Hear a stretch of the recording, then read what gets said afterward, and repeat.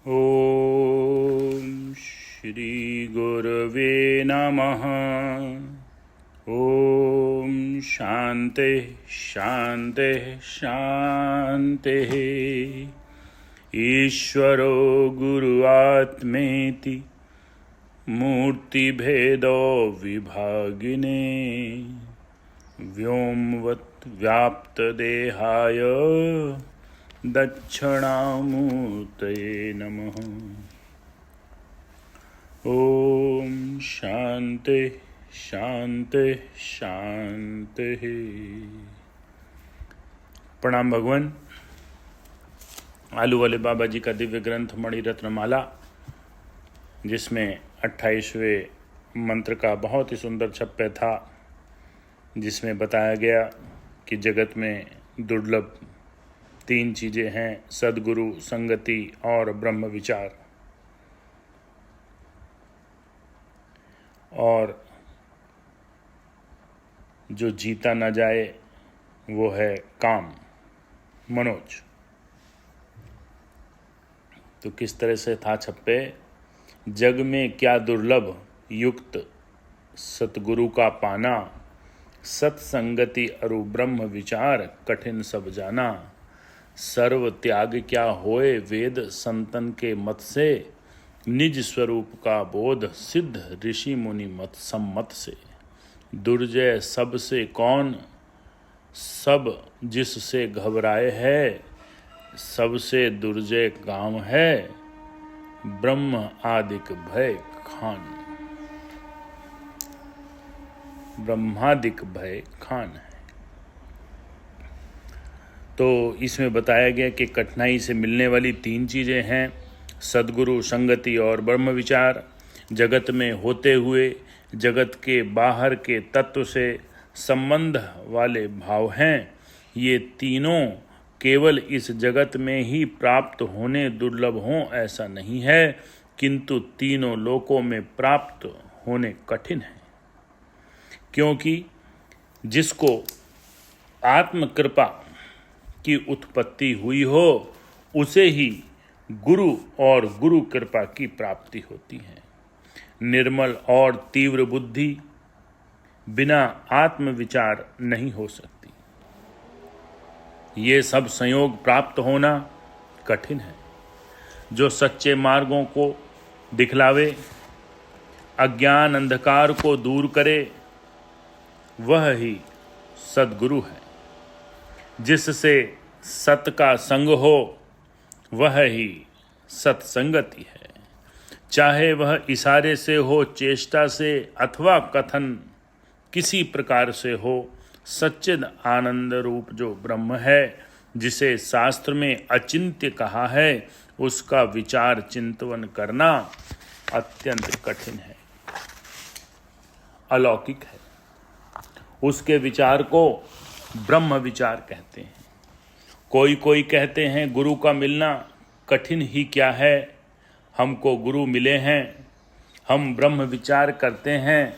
ऐसा कथन करने वाले भले अपने मन से मान लें, उनको रोकने वाला कौन है? सद्गुरु की प्राप्ति, ब्रह्म विचार का होना कोई सामान्य बात नहीं है, बालकों का खेल नहीं है। जब सद्गुरु की प्राप्ति हो जाए और शिष्य भाव के लक्षण से युक्त हो, तब परम पद की प्राप्ति में विलंब नहीं होता। कंठी मात्र को बांधने वाला अथवा वेशधारी सद्गुरु नहीं होता। शास्त्र में गुरु के लक्षण इस प्रकार कहे हैं: जो स्वयं ब्रह्मानंद स्वरूप हैं, परम सुख को देने वाले हैं, ज्ञान की मूर्ति हैं, हर्ष शोक आदि से रहित हैं, आकाश के समान निर्लेप हैं, तत्वमसि आदि महावाक्यों करके जाना जाए ऐसे हैं, नित्य हैं, विमल हैं, अचल हैं, निरंतर साक्षी रूप हैं, कल्पना से भी न आवे ऐसे हैं, और तीनों गुणों से परे हैं, वही सतगुरु हैं। ऐसे गुरु भाग्यवश ही प्राप्त होते हैं।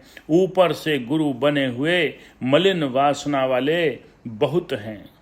वे स्वयं नरक में जाते हैं और शिष्य को भी नरक में पटकते हैं। इसलिए दाम्भिक ढोंगियों के जाल में फंसना नहीं चाहिए। जब शुद्ध ज्ञानवान समदर्शी गुरु से उपदेश लिया जाता है तब ही ब्रह्म विचार हो सकता है। यदि स्वयं अधिकारी न होगा तो शुद्ध गुरु से भी लाभ होना संभव नहीं है। सतगुरु से शास्त्र का श्रवण करना, सत्पुरुषों का बोध और समागम करना, संसार में निरंतर वैराग्य की दृष्टि रखना, जिसमें सत तत्व का संग हो, ऐसी संगति करना और ईश्वर का विचार मनुष्य जन्म धारण करके सबसे विशेष यह ही कर्तव्य है। आत्म अनात्मा वस्तु का विचार करके ब्रह्म स्वरूप को जानना, श्रवण करना, मनन करना, निधिध्यासन में मगन रहना, इसी का नाम ब्रह्म विचार है। ब्रह्म विचार मृत्युलोक के सिवाय अन्य किसी लोक में नहीं हो सकता। बहुत बढ़िया बात है। इसलिए अपने कल्याण के निमित्त दुर्लभ ऐसे ब्रह्म विचार को अवश्य करना चाहिए। इस प्रकार विचार करने वालों में से भी हजारों में से एक ही को यथार्थ बोध होता है। इस प्रकार विचार करने वालों में से हजारों में से एक को ही यथार्थ बोध होता है।